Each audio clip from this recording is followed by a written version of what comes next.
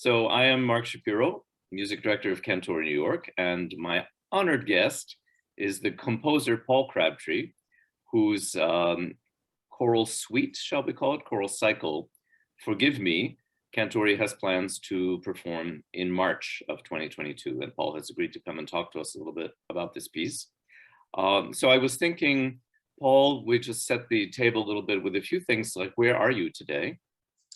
I am at home in Where's Oakland. home? Home is Oakland, and we are in day 2 of one of the big storms that we're expecting and very thankful for, because we have had such, we're so short of water. It's great to see some rain. Today is just foggy, but tomorrow it will be seriously raining. Okay, so the fog certainly is very atmospheric for us. Isn't it? It's a great day to be staying home. Yeah, perfect. And so I guess there's so many things I could ask you, but one is you have this very posh accent. Oh, why, thank you. Tell us how you came by that. Well, I was born in England, and I was educated in Scotland and then Germany, and I moved to the States in 1984. So that's 37 years ago. A while back. It's a while back. Yeah, I was thinking as you and I were about to start talking that you and I go back quite a ways. Yeah. Do you remember? Well, it was through Joe Leighton, I remember. It was before that. Yeah. Before that even? Yes, I think Okay. you answered a call for scores. I probably did, yes. I think there was something like that, yes. And we've, Cantori has recorded a full-length CD of 2 of your pieces. Thank you. Dive and, remind me? American Persephone. American Persephone, right. So that was, I happened to hear a few minutes of that not long ago. I thought it was pretty good recording, yeah. So, and strong pieces. So here we are again. Cantori likes to be loyal to composers that we like. And Paul, one of the things that I've always found very striking about you, exceptionally striking, is both your choice of texts and your sensitivity to prosody. So I thought that could be a way into this brief introduction to this cycle. Tell us how you came to choose these texts. And Well, what they are. it's quite long and convoluted. Iris Murdoch is a novelist and a philosopher who has been probably the most important teacher figure in my life, although I never met her. But I was introduced to her novels, and I decided that I should read all of them. So I read all 26. And then she died in 1999. And I felt a great debt to her. And so I wanted to do more thinking about what she said. And I wanted to produce some kind of object of contemplation to celebrate her what would have been her 100th birthday. And so the publication of her private letters in something like 2010, I think, they were a revelation. They were so sweet and so beautiful, and I felt like I knew her differently from before. So I started thinking about putting some pieces together, and the theme of forgiveness seemed to come up a lot in her writing. So my piece, this Forgive Me piece, is in 3 sections, and the first section is just sections from her letters, and they're completely out of context, and they make her sound a little needy, because she's constantly saying, please forgive me for this, I'm sorry for that. And do you think, I'm going to interrupt a little bit, if that's okay. Please. Do you Sure. think that's a cultural or linguistic tick of hers, or has it come from somewhere else? Well, I think it's both a cultural tick, but then I think that she really profoundly understood the meaning of forgiveness. And that's what I wanted to explore a bit more. And this whole project was really just selfish for me, because I find when I'm writing music, I have to contemplate and concentrate very closely on the text, and it really teaches me a lot. And I didn't realize how much I didn't know when I chose the texts. Didn't know about what? Well, about the meaning of the text, that I thought, oh, great, I'll think for a few weeks about forgiveness and about what Iris Murdoch thinks about it. And it became an enormous psychological struggle to understand what she was getting at. So the second movement is also about forgiveness, but this is a lengthy quote from one of her books. And it's the moment when her character, her chief character, suddenly has a flash of inspiration that forgiving is the start of forgiveness. And it's a total epiphany for him. Can you say more about what that means? Forgiving is the start of forgiveness. Well, I don't have the text in front of me, unfortunately, but he kind of understands the cycle of asking forgiveness is doing a great favor to somebody. Giving somebody the opportunity to forgive is a great favor. And this comes out in the third movement because I chose the last act of King Lear, and this is the moment when he realizes his own folly. And there's a absolutely brilliant moment when he's talking to Cordelia. They're going to be in jail together. And he's so looking forward to it because he's finally kind of cracked it. He understands what life should be, what should be about. And he says to Cordelia, when thou dost ask me blessing, I'll kneel down and ask of thee forgiveness.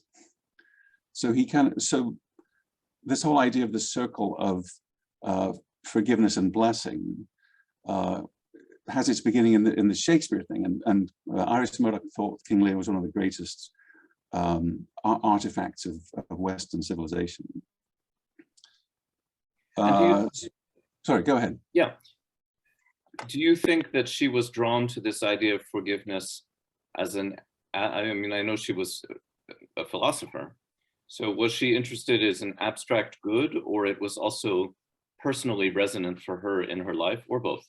I think both, absolutely. And I didn't realize how much I think her letters divulged how practical her ideas were, and that she was very liberal in asking for forgiveness for things. And I think that she felt that she was kind of clearing the air for people and giving them an opportunity to do good to themselves. So it's partly her vision of how the world can be a better place. Well, yeah, maybe. I think. Yes, I suppose so. Yes. Why not? Does that sound trivializing something about her that you think is? I think it's a very, very small part of it, but it's not untrue. Mm-hmm. And so I wanted to circle back to a couple of other things that you said, because they were both so interesting. When you said you were working on the meaning of the text, and that was a struggle, I think you said, right, or a challenge, did that inspire you as a composer? Well, yes, I think it's, as a composer, just like as an actor, I'm changing the volatility of the text into something that is absolutely right. So the text as it's written has a number of meanings, one or more than one of which could be correct. And when I'm setting it to music, then I'm committing to a meaning. Mm-hmm. I have to know which words to stress, and then which words to repeat, or if any. So it's an act of interpretation to write music to this piece. You're not just setting it to music. You're telling people what you think about it, or what you think it really means. So you have to think long and hard about what is she saying and why is she saying it. And so, you know, when you commit the words to the notes, you have to make sure that you believe that you've got it right, because you don't want any confusion. Yeah. Was it ever part of the process of writing the piece that you came back to something you had written and thought, oh, I've got it wrong? Yeah. Oh, absolutely. Absolutely. Like, you know, I think it was, the piece was chiseled for months and months and months when I realized, oh, I think that's what this refers to this, and that refers to this, and maybe I've misunderstood this. So yeah, yes, the more I worked at it, the more I'd have to go back and kind of change certain stresses and work at what was worth repeating and what did that mean to repeat words in those specific contexts. And by stress, you're talking not only about metric stress, but what we might call agogic stress, the highs and lows of the line. And Yes, Yeah. right, absolutely. And there is actually, in the middle of it, there is actually a line that I set twice because I thought it was so ambiguous that I needed to put two different sets of stress into it. Which line is that, if you remember? You'll have to give me a moment. Okay, well, while you're looking, I have another question for you. You can maybe multitask here. Yeah. Something that has struck me always about your text setting and your choral music, certainly your vocal music, is its range of metric values, which in my experience is very unusual. So, and by range, I guess I mean you have a lot more really short values. And in the context of, I think a lot of choral music does not have so many different values metrically. There tend to be maybe 3 levels, and you have, maybe 7. And I think for me, it makes an extremely interesting texture. And I wonder how conscious you are of being that way and how you got that way. This is the first I've heard of it, so thank you. That can't be true. Well, I'm conscious when I'm setting the words that sometimes I have to set them in a very dreamlike choral way, and other times you're actually just acting them. So spoken English is made of some very fast, excuse me, some very fast inaudible noises between the stresses. Yeah. So I don't mind writing these very short notes that will emulate conversation. It's very, I think I've asked myself this question a lot in doing your music, because I can't think of any American born or let's say native speaker of American English who does that. Oh. Okay. And I have wondered if it has something to do with being British and a certain sense of a kind of occasional crispness in the delivery of language. I can picture Britain doing it more, but well, I'm not sure to ascribe it to any kind of nationality. Yeah. I think it's more a question of realism, that I struggle a lot with